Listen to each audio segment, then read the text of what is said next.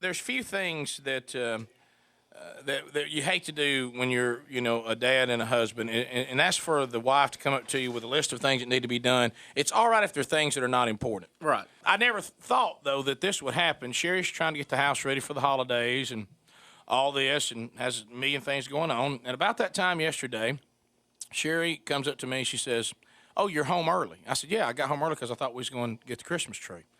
She said, "Well, I've got so much to do in this house." No. And that's the first time you start to panic just a little bit. She says, what do you mean? She says, "Why don't you go get the Christmas tree?" So I go, Rick, you can't accept that kind of pressure. Look, and so I go, then I think I'm fine. But in a minute, listen, I'll say this, and I'll just be completely honest.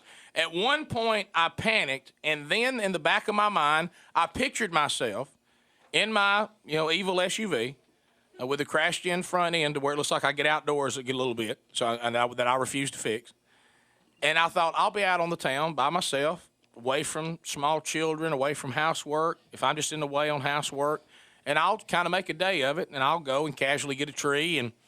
And she says, "Oh, and while you're out there," Oh, no. and she ushers him in, Big Love. She says, "I want you to take Big Love with you." And I go, "Oh, okay." And she says, "And I've got him a haircut scheduled. I need you to take him by and get his haircut." Oh, Rick. I'm going to have to call a foul on your lovely wife, Sherry Burgess. How can she give you – first off, handling Big Love by yourself. Hey, he deserves two deep coverage, okay? Yeah. And Huge deposit. second, how are you ever going to buy a Christmas tree that will please your wife? There you go. You're all over it. Rick, I'm afraid you're in a no-win situation. So I thought to myself, for what I do, Twice. I knew you had things you had to do yesterday. So I get on the phone and I call Greenwood at the office and I lay out to Ryan what my situation is. He goes, "Just what you do." He said, "Oh, buddy." I said, "Well, there's only one way to go about this." I said, I want y'all to listen who are super dads too in the audience or whatever. I said, the only way I can get motivated to get this done, I must treat this as I am one team and I'm going against the opponent. The opponent is Big Love and the things that have to be done. That's the other team. Yeah. Okay? And I said, and I called up Greenwood and I laid out the two teams that were playing. He said, "Well, a lot of people don't believe you can win this one." I said, "Oh, no, we're definitely an underdog." And so in order for it to be declared a win, these things had to happen. Big Love could not completely become uncontrollable. If I had to cancel anything and say we're gone, I lose. Or in sporting terms, get happy. Right. If I because the opponent I was playing is a very good team. They got explosive offense. Don't let them get happy. If they get happy, they can run the score on you. Would we all agree with that? Absolutely. Secondly, I must come home with an acceptable tree and an acceptable haircut. Oh, my goodness. So you see, I've got the odds makers in Vegas had me at a huge underdog. Oh, yeah. Right. On the road. Yeah, I'm on the road. Not to win, just to get through it. Yeah, and I'm on the road. It's a rowdy crowd. I probably have that 4,000 or 5,000 up in the end zone corner. Right. You know what I mean? And you got the people in the clubs all over that are my fans that are watching at sporting clubs. Yeah. They're all true fans. Everybody's going with the under. But nobody really believes that I can win this game. And and so I would periodically call. So we first of all, step one is the Christmas tree. Get out there to the farm because Sherry wins on we must have a real tree. I had one win on the family Christmas card. She gets a win on the tree. It was beautiful last year. I don't see how your Christmas card you got to win, but anyway. How you're counting that, I don't know. You should have seen the one she wanted to see. But anyway, so I get there and I think to myself, my strategy in the first quarter will be, I will let Big Love run. It's a farm. There's hills. There's reindeer in a pen. No. I'm going to let him run. Rick. And as he runs and rips and roars, I will get with someone and I will say, I need a 9-foot, what'd they say it was? Some kind of fir tree. Ferdinand fir. Something. I said, I need that. And so Big Love, and then there's like 3 other kids there that were little of the girls who sang this morning. It was their kids. Mm-hmm. And he kind of gets into them, and here they go. You mean the gospel go-go's? Yeah. So they're running. So I'm looking. I said in the first quarter. Brace your fur, Rick. I'm not scoring, but I'm controlling them. Right. You know what I mean? They're not scoring. So we get there, and we get down to the reindeer, and he really gets involved in the reindeer. And then someone says, well, let's go get the tree. And I said, well, then this is where I've got to remove him from the reindeer. So then what I realized then is I've attempted a blitz, and all they got to do is find a man open, and they're going to score. You know what I mean? Oh, no. So he goes berserk screaming, I want reindeer. I want reindeer. I want reindeer. He's going crazy. He's trying to climb in there with the reindeer like that. Let's face it, they hit a big one on me at 7-0. You know what I mean? Sure. So as I've got him over my shoulders and he's kicking and going crazy and he's been spanked and we're going up the hill and I'm sweating trying to climb back up, I realize I'm down 7-0. And you know, good teams, if they hit you early, you know, it's just And so you I haven't even got an injury. And you're too. on the road. in a play that no one knew I had held back, okay, to try to even it up. I cut a deal that when the women there playing the role of my wife on the phone with her picked the tree, they would bring it to my house, stand on it, What? stand it over in the corner till Sherry approved it. 7-7. Nobody saw that coming.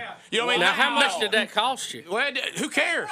Bubba, you're just trying to win. If you have to lose some players, but, you know, on Rick all gets out the wallet, scores 7-7. 7-7. The wallet scores one, and the wallet's a good player Sure. for me. He's a veteran. He's been around. And every now and then he'll get in over his head. You know what I Yeah. mean? So it's 7-7. But what's so bad is when you kick off, you got to cover the kick. You know, you can't just start celebrating. Stay in your lane. Yeah, we kicking off, and I look. Brooks runs out from behind a tree. Big Love hunkers down, and his face starts getting red. And I go, oh my gosh, it's a field goal.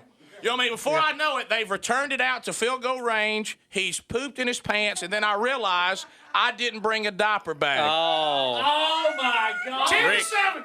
That might be a touchdown. Rick, I'm going to say that's 14-7. 14-7. Poopy diaper? Well, you got to cover the kick. You know what I mean? We got all happy. So then I get in the truck. The tree is not completely handled because Sherry's still got to lock it. Okay, so it's not it's 14-7. As I'm driving, this is not a touchdown, but in a field goal, I'll pull through CVS Pharmacy. I run in. I buy diapers. I buy wipes. I buy, and a surprise move here. This is where, I got in an offense that put a little wrinkle in the offense, a sippy cup that I didn't have because I knew I'd need that. There you go, Rick. Yeah, There you go. And I just buy everything I need. Go out to the car, grab him up now. When I dropped that diaper, because I knew this was a tough opponent, when that diaper came down for our Japanese friends in the audience, it was Hiroshima. It was not. This was not a police situation, not a skirmish. No, this was Godzilla. Yeah, this was. Oh, my gosh, it's Godzilla. And I thought if this diaper gets away in here, they're going to score again. You know what I mean? So I get it under control, defeat it, get it in a bag that I can tie up. And 14-10 now. yeah. So now, I don't know. That's almost a touchdown. I don't know. Did I Getting back and- defend it that good? You think? Was I still in that? Was it that I called Ryan? We debated. He gave me a field goal. That's all I got out of it. Problem I think solver, stopping and buying all of that, and then the diaper change would have been a field goal. Yeah. Stopping and buying all that's a touchdown. So was it tied? I think you returned their kickoff back. Yeah. So then I get in and it's halftime. I call Ryan and I say it's halftime. And, we're beat up at halftime. I mean, my team, people they're breaking in on ESPN. People seeing the score call, they can't believe it that I'm Yeah. still in it. Yeah. People say, hey, they're hanging around. Defense is giving And up we a lot got of a yards. veteran quarterback, Yeah. but I mean, he's old, though. Oh, And, no. it's so funny because just like a football game where there's blood and there's torn jerseys, I've got, poopy diaper. I've got, nose residue all over my shirt. You know what I mean? That kind of stuff. My shirt tells, I messed up. I'm all weird. My hair's all messed up. It's just like a game. So it's halftime. We're eating hamburgers and French fries, Attaboy. and we're resting. Now we must move, and this team can be so tough in the second half, to the haircut. Oh, no. Get to the haircut a little early. This is where we probably made some mistakes where people will critique us on the sports talk shows. I was early. I thought going in and sitting in the waiting area would be disastrous, and I'm setting up for some points against me. I take him to a nearby park, not thinking that he would enjoy the park to the point of not wanting to leave the park when we needed to move. That was a mistake. Yeah. It was only a field goal, but now we're trailing 16-10. Going in, 17-10 as we head into the haircut. And I called Ryan. I said, we're behind, and we're going to have to score quick to make something happen here.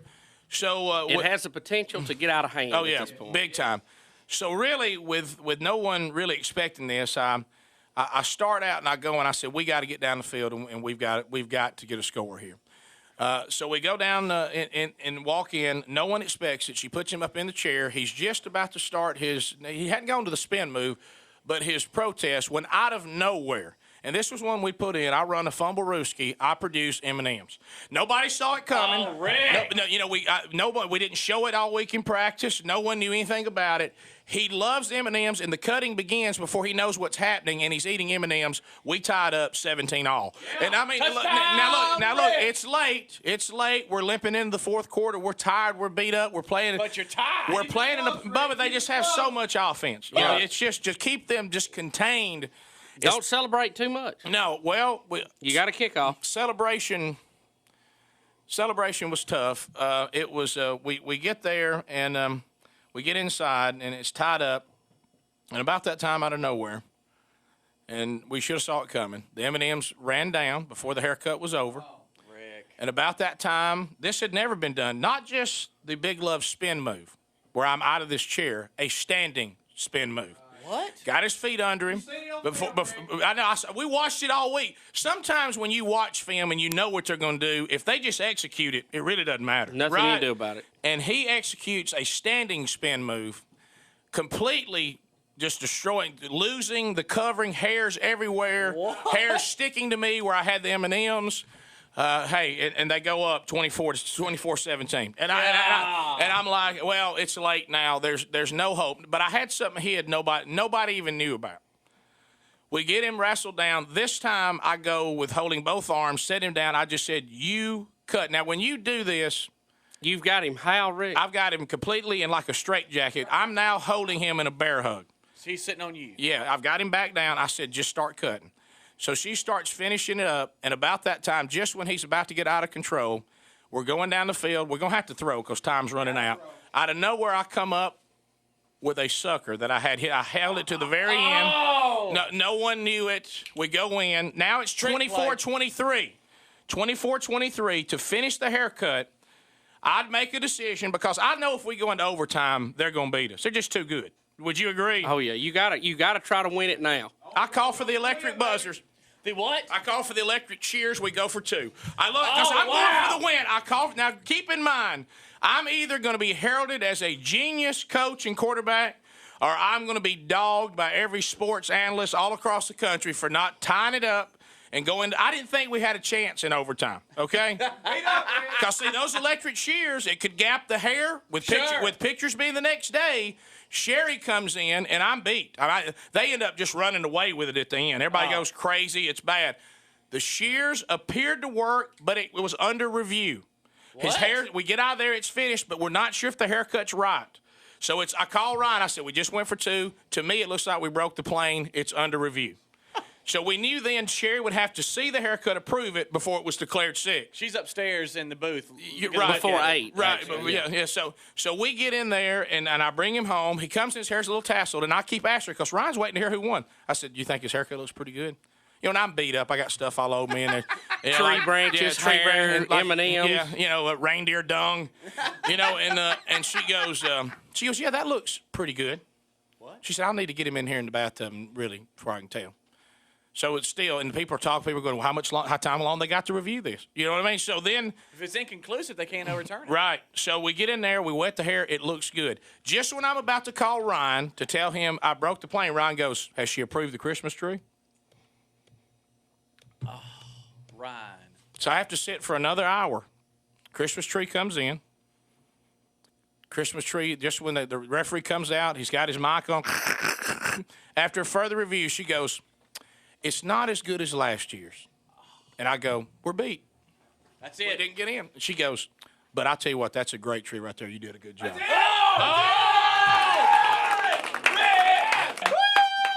Going for, granted, now you give me it, Bubba. Did I hang myself out there?